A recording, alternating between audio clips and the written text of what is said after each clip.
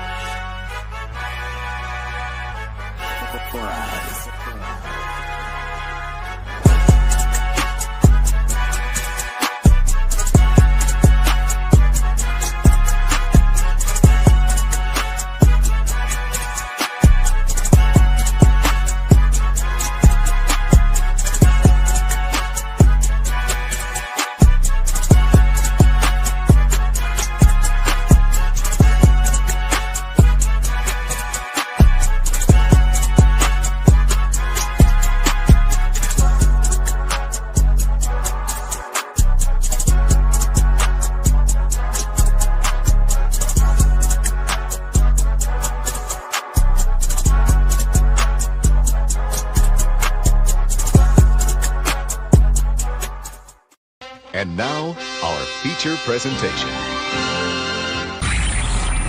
You are watching a master at work. Go get some! What's going on, fellas? My name is Rafael Chacinas, no es el Capitán Rafucho, and welcome to another episode of The Combat Club. This ain't a safe space. This ain't for casuals. This is where mixed martial arts, boxing, and wrestling fans come to talk real war, real shit.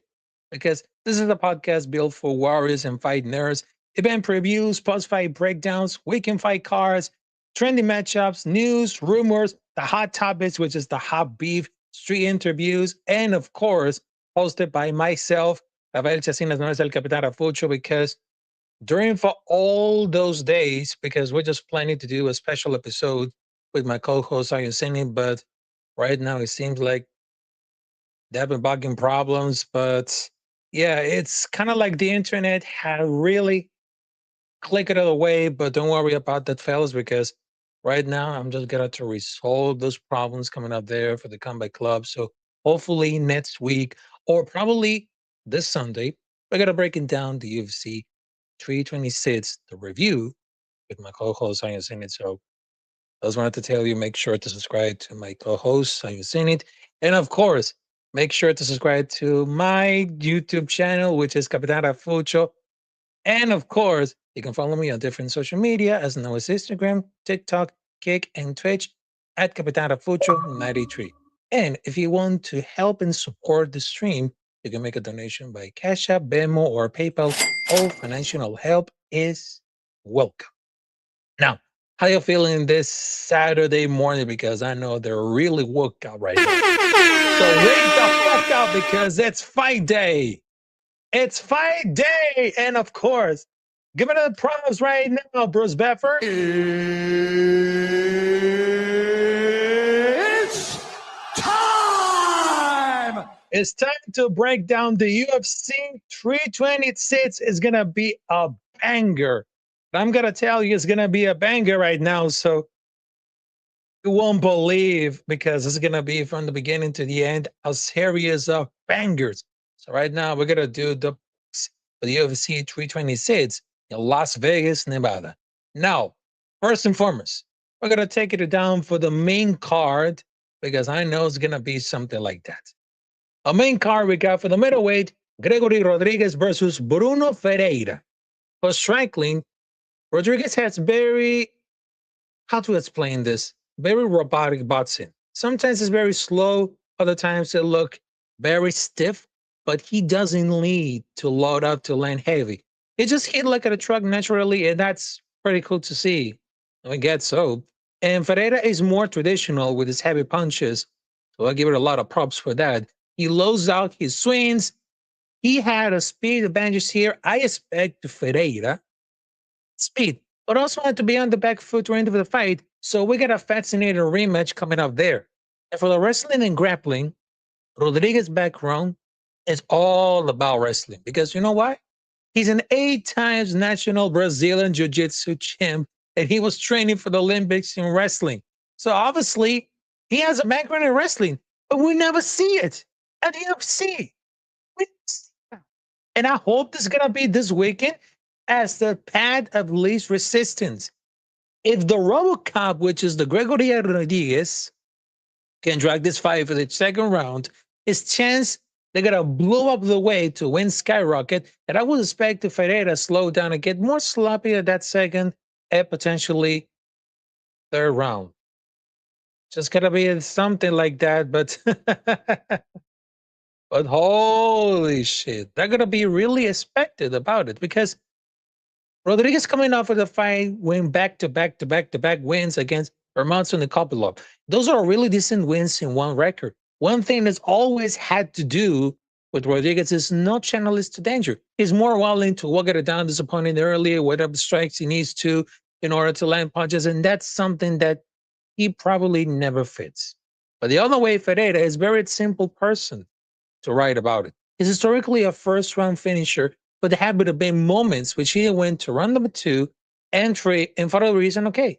Either way, the key to defeat Ferreira is to take the fight to the second round because he's an uncaged animal and his aggression is just like really beautiful. He doesn't have a first round knockout over Rodriguez just like 3 years ago. And he landed that left hook extremely clearly because they might foolish, but some people are going to choose RoboCop, Gregory Rodriguez, but I don't think it's going to be really improved. So I'm going to choose Bruno Ferreira, round number 2, knockout. That's when I'm going to say it. That's when I'm going to say it right now. Hey, how's it going? CT MMA 2408. And of course, we got It's Dave. And of course, TMG 11. How's it going? Salute to you, fellas. Salute to you. All right. So next up, we got for the lightweight, Drew Dover versus Michael Johnson. Now, besides for that, for the striking, there were perhaps a power advantage, but that's going to be the end of it. Johnson is more technical. He's a boxer, sharper. He has a 3-inch reach advantage. It is just like looking damn good at the age of 40. For the wrestling, that's going to be so much. I don't know what about this right now. Not going to happen. Just not going to happen. Because you know why?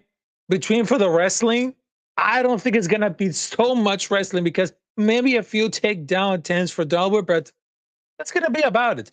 And to be honest, right now, there's 2 older generation of fighters, both action-packed and legends of the fight game. There's going to be one for the fans. to be honest. And Dober's coming out for this one after a solid win against Kyle Propolek, who's coming out for that fight somewhat unprepared, considering it was a late replacement. Now, Dober is a crash and burn fighter, and he likes to sacrifice his own defense to deal as much damage as possible. And Johnson might be older of this fight, but he sure fights like he's younger than his age in decades. His last win was against Phil Cooper. Frankly, he looked outrageously good against someone who typically looked decent. We saw a classic performance for him, fast boxing, clean defense, just overall intelligence when it comes to fight IQ.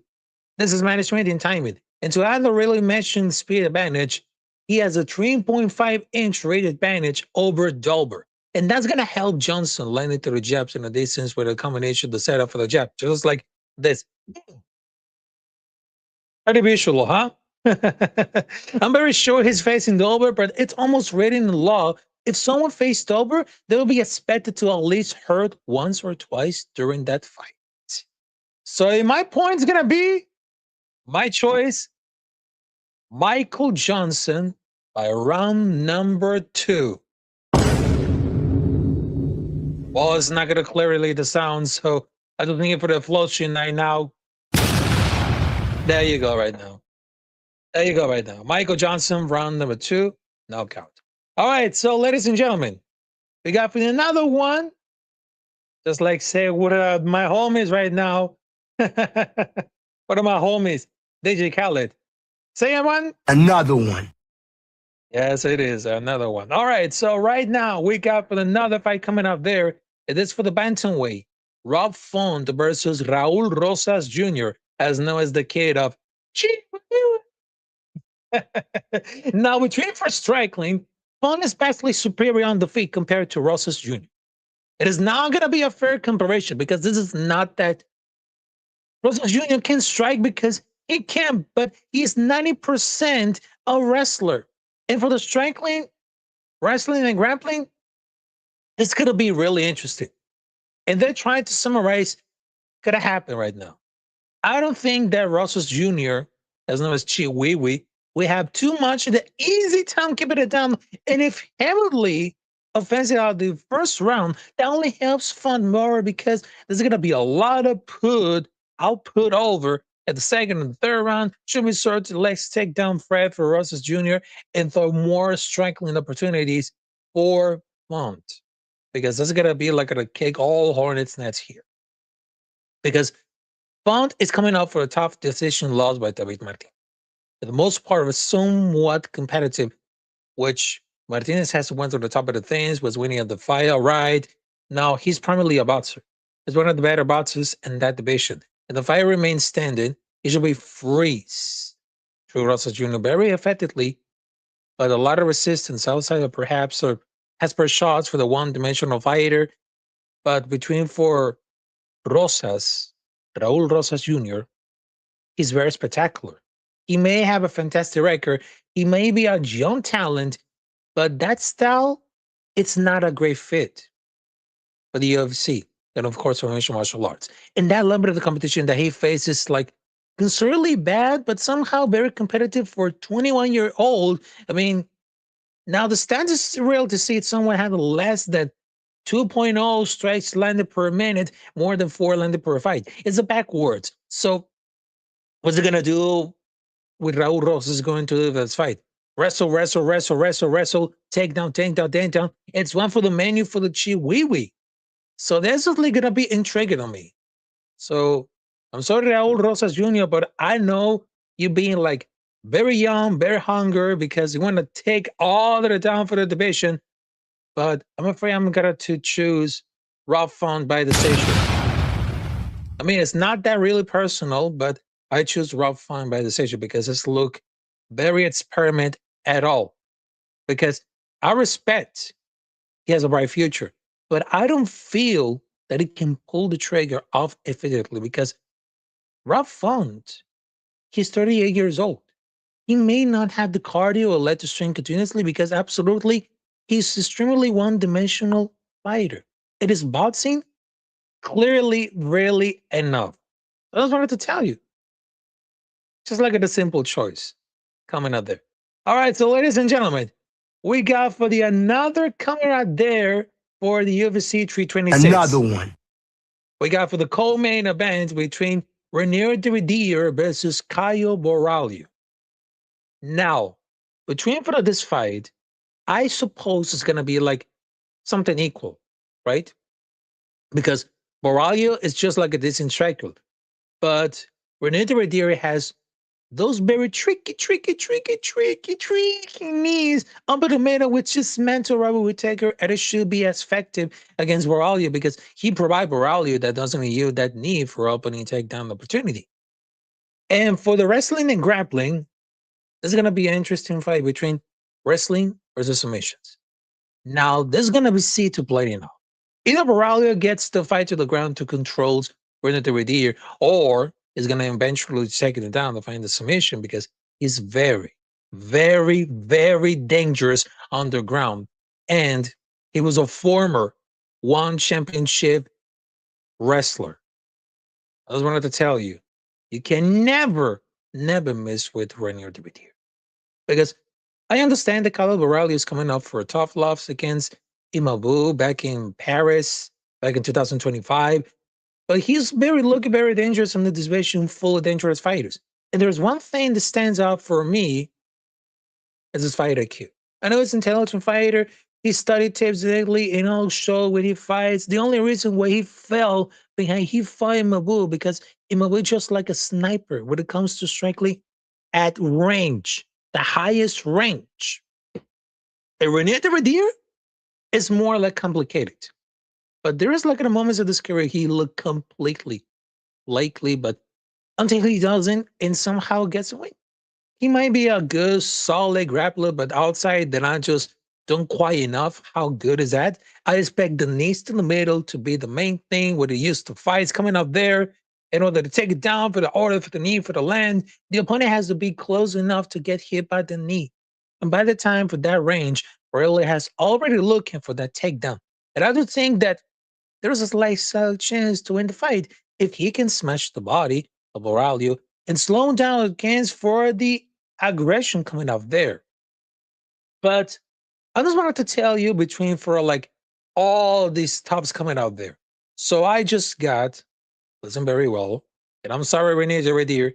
So I just wanted to choose Caio Borralho, round number 2, submission. Because you know why? You know why, folks? Because I got Borralho winning this one. Wrestling and control, they'll be the keys for the victory. If he stay away from the disgusting knees that Renier Dividier likes to use, he will love to take advantage. I know it's going to come to striking against Renier Dividier. It's kind of difficult, it is.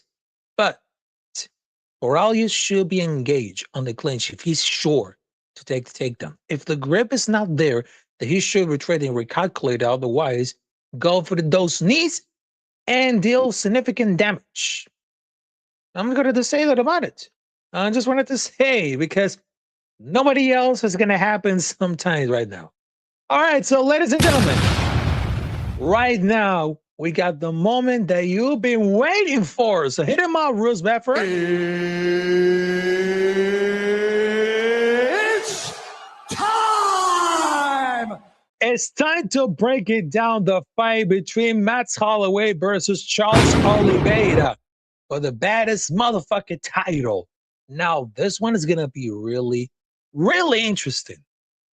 For the striking, Holloway should try as long as the fight remains standing, but the one concern that I have for Max Holloway is that left or right hook for Oliveira. I just like left and right. Anything could happen at this counter, has a lot of power in it. And Holloway's chin isn't that used, so I'm going to get expected about a pocket moments when both of these fighters collide.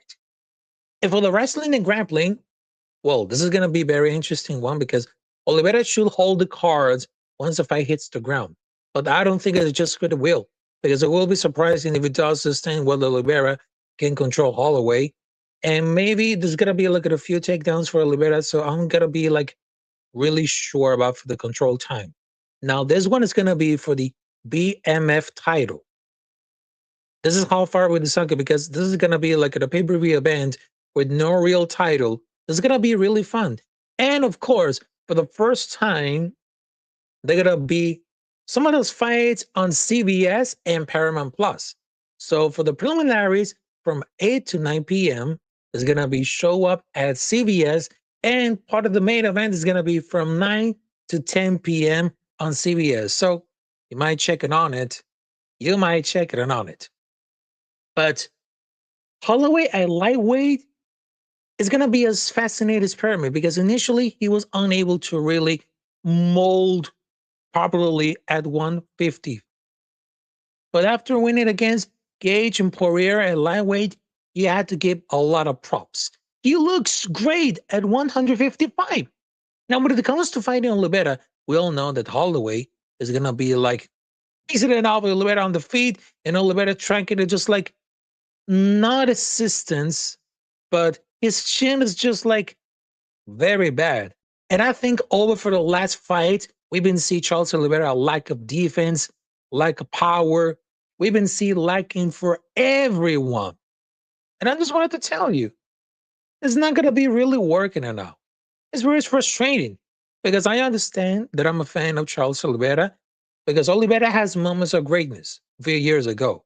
He seemingly returned to be like and a consistent fighter, and just a nightmare for some of the fans, because he might be like a huge strengthening differential of that fight. But the main stats will indicate that Holloway is landed for most shots, but when it comes to Thai boxing, he has a rate advantage. I can envision that the left hook, once Holloway tries to get the combinations, but nothing has to the substance.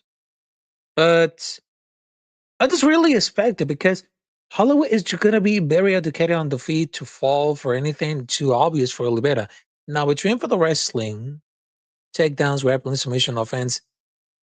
They're going to do their favor to Oliveira. But when it comes to knockout power, give it to Max Holloway. Yep. Give it to Max Holloway. And we've been seeing like before between Charles Oliveira versus Michael Chandler. Yep. Michael Chandler. Because Chandler is just like a wall of muscle with a brain of muscle. And Chandler is technically a wrestler. So it came down for his expectations, so I'll doubt that Chandler expected Oliveira to wrestle, but there's gonna be like a yap and everything. But I don't think that Charles Oliveira could win this one and say the sneak kind of hook, because they're gonna keep it on eye for the knockout props. So I'm just really sorry about that, Charles Oliveira, but I got Max Holloway, round number 3, knockout. And I just wanted to tell you, shout out to the MMA host to provide me, well, the opinion about the UFC 326, which I had my decision to Max Holloway to win this title, to retain the title. I know he's the baddest motherfucker, but he just like, boom. He's always has been a fantastic finisher. Very consistent on the feet. And of course, he always get involved for a lot of great things that we just gotta do about it. So I gotta tell it about this, folks. Why can I tell it about this, folks? All right, so ladies and gentlemen, I know it's gonna be like a quick preview for the UFC 326, and of course, I just wanted to tell you, this right here. This right here, ladies and gentlemen, we got the UFC 326, Charles Oliveira versus Max Holloway, is going to be live on my YouTube channel, Capitán Rafucho, live 9 p.m. Eastern Time, 8 p.m. Central Time, 6 p.m. Pacific Time. So it's going to be like a commentary, it's going to be analysis. So this is going to be at all. Yep. It's going to be at all, ladies and gentlemen. So there's going to be something really interesting, huh? Really interesting right now. And of course, we got some of the cards coming up there. For the early preliminary card for the flyweight, we have Luke Fernandez versus Rodolfo Velacho, Rafael Tobias versus Dihan Nushnai, Suma Drill versus Jesus Santos Aguilar, Cody Gordon versus Najan Turamute. I know that I mispronounced it. Rico Turcios versus Alberto Montes, Dante Johnson versus Cody Brunage, Cody Bryland versus Xiao Long, and for the main card, Gregory Rodriguez versus Bruno Ferreira, Drew Dober versus Michael Johnson, Rofon versus Raul Rosas Jr., Calio Bolayo versus René Redir, and Max Holloway versus Charles Oliveira. So it's gonna be something like a great banger right now. So just wanted to tell you in Spanish. Estoy llorando en esta tribuna. I'm gonna cry for happiness right now. I'm gonna cry for happiness right now. All right, so ladies and gentlemen, we just wanted to do like a quick recap about what happened at UFC Mexico because I know that it's just like, man, that became something like really boring or something very interesting. But I just wanted to tell you what are the fights that I really, really, really, really, really shocked up because Bobby Green just defeat against Daniel Silver. I just wanted to tell you.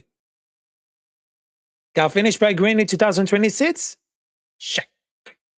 Because to be honest, right now, I mean, imagine having great body kicks and refusing to throw them against a guy with no guard. And probably he took like 10 fights worth of punishment at this chin that he never made like a stylistic adjustments. And probably, so who was kryptonite is clearly Unks. He lost to Johnson, now Green, both 39. Because here's the difference right now. Michael Johnson and Bobby Green still have really fast hands. And so Huber is very, very slow as shit. I mean, oh my goodness. Because I'm very surprised that both retain to the hand speed at their age. That should be really enough. And you got slime mouth. They don't know how to do the comeback for that. Because they just hit like what? The wacky inflatable fluid after the left. I mean, they really got slept on Bobby Green. It's just really insane how the professional fighters hammered the ball like it just like a jab, just like boom. And I will tell you this right now. This really shocks me a lot because, man, Bobby Green, he's the real deal. He's the real gangster. And so Huber should be like, well, this should be cut for organization for the next few months. Because to be honest, right now, they have up so much to be just like a little bit mid fight. Because let's try this right. That fight between Huber versus Ruodes was an all-time banger. But it's really insane the difference in trajectories they had. He might be like the most overrated fighter in lightweight. Just talking to Daniel Huber. Because I just like it at this scene, like slap the shit out of here because for the reason Huber frustrates a lot. A lot because he was really cocky. He was really cocky because before that fight against Johnson, he was too much cocky. Too much cocky. And his frankly was like obviously a little shit abysmal and it cut down very easily. So that could be anything. I'm pretty sure the Huber got flushed, knocked out of the fence, again onto the ground, and then will cover like 5 more punches before the eventual stoppage. So that motherfucker doesn't get improved a lot. It doesn't get improved a lot. I mean, god damn it. Oh man, I gotta tell you about this right now. I gotta tell you. And of course, I was really surprised that, whoa, Brando Moreno just lost against Leonard Cannibal. So I just wanted to tell you.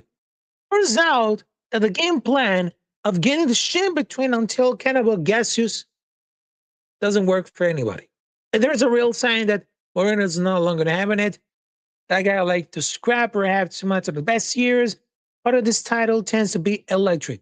Now he gets hurt under the end of the gas. He can do anything more because all he can do for the last 2 rounds was, oh, 100 in the sands right now.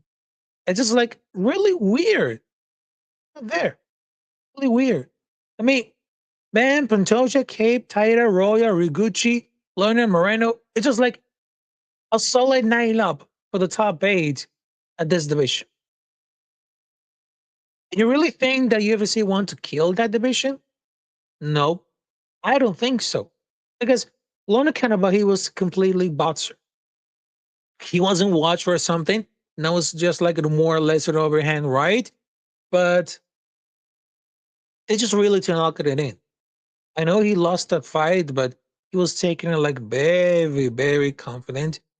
But Brandon is one of the favorite fighters who really got on that sport. And I'm very sad that he just lost against Lorna Cannibal. That's sign of respect. Because over the last days or for the last weeks or months, he really did decline for the past few fights and is only still 32. He beat Steve Rosek, Kai Kara France, and Abalsi not that long ago either. But I still thinking that the flyweights is crazy skill. I mean, it's just really sad that Brandon Moreno lost in Mexico City, his own country, because I understand that it wasn't that really, really easy about it. But you know what? It happens a lot. It just really happens a lot. So yeah, it just like really happens a lot. Oh man, I gotta tell you about this right now.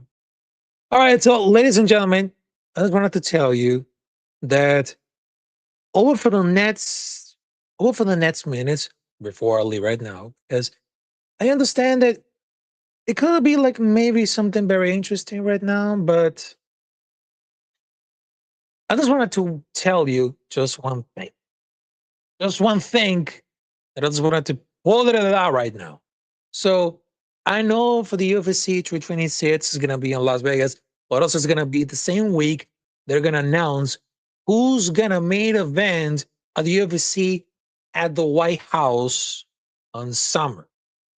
And I got one fight that I would love to get interested. I know it's gonna be something like really important right now, but you know, I just realized that oh, maybe it's gonna work because I know the UFC White House is gonna be representative for all Americans. Yep, all Americans coming up there. So I just got for one fight that I would love to see that. I would love to see that. And that is, I just wanted to tell you, for the Trumbull, please.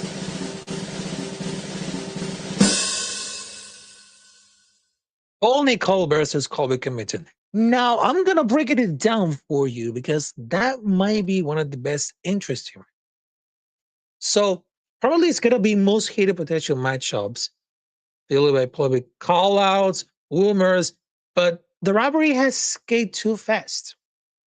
Because if you guys remember, Bo Nickel has repeatedly called out Colby Covington, especially for the UFC White House far. And Quentin fired back and he was mocking Nichols' MMA resume and referencing all the loss to Renier to Redier. But check this out of this right now, because I'm just going to compare about for the skills. Bo Nickel is younger and fresher. And Colby Covington is a long layoff, 38. In his base style for Bo Nickel, elite NCCA wrestling, because he was a three-time champ of the Colby Covington high pressure D1 wrestling. For MMA strengths, Bo Nickel has explosive takedowns, submissions, improving striking, and Colby Covington endless cardio, cage clean pressure, movement striking, and here's the thing: his wrestling activity for both of the fighters. Colby Covington hasn't won in more than 1,452 days. And while Bo Nickel is very active and undefeated. I'm gonna tell you about this right now. And for Colby Covington, his trash talk style, well, it reminds me like Nate Diaz and Conor McGregor during for these, well, during for these days coming out there from 2020, well, 2016 coming up there, well, on this prime, because he's just like a Hall of Fame level chaos. And for Bo Nickel, well, he's very calm, but very sharp because he has the size, he has strength, wrestling edge. And Nicole, Bo Nicole, has never cut to 160 in MMA. It's been unknown territory. I mean, wow. I just wanted to tell you. I want to tell you because right now this is going to be so much interesting. Because Colby Covington should be lost that fight against Bo Nickel. because he's an elite wrestler who's bigger, younger, more explosive. That's the one archetype that neutralizes Covington's strengths. If that fight happens at 185, I think Bo Nicol is a clear favorite. I just wanted to tell you. I just wanted to tell you because that's a strategy. No psychopathic. All right? Because it just really happened. It just really happened right now because Nichols' submission threat is real. Colby has in the face with some of the level of the grappling danger because if you guys remember, Colby Covington lost to Kamaru Usman and he just lost to Joaquin Buckley. And of course, he lost to Leon Edwards. I mean, I'm going to tell you about this right now. I'm so sorry, Colby Covington, but you don't have the strength. You don't have the strength of defeat Bo Nicol. Just wanted to tell you. Bo Nicol by submission, round number 2. That's going to be my prediction for if this fight could happen at UFC White House. So that's going to be anything. So that's going to be really interesting right now. All right, so ladies and gentlemen, I just wanted to tell you, thank you guys for joining. I know there's no comments coming out there for the live chat. I know that I'm trying. My best. Don't worry about it. So don't worry about it. Make sure to subscribe to Capitán Rafucho on YouTube. And of course, follow me on Instagram, Kick, TikTok, and Twitch at Capitán Rafucho 93. And of course, if you want to help and support the stream or platform, you can make a donation by Cash App, Venmo, or PayPal. All financial help is welcome. And I just wanted to tell you, before I leave this right now, I just wanted to tell you, thank you guys. And of course, I will see you there tonight, 9 p.m.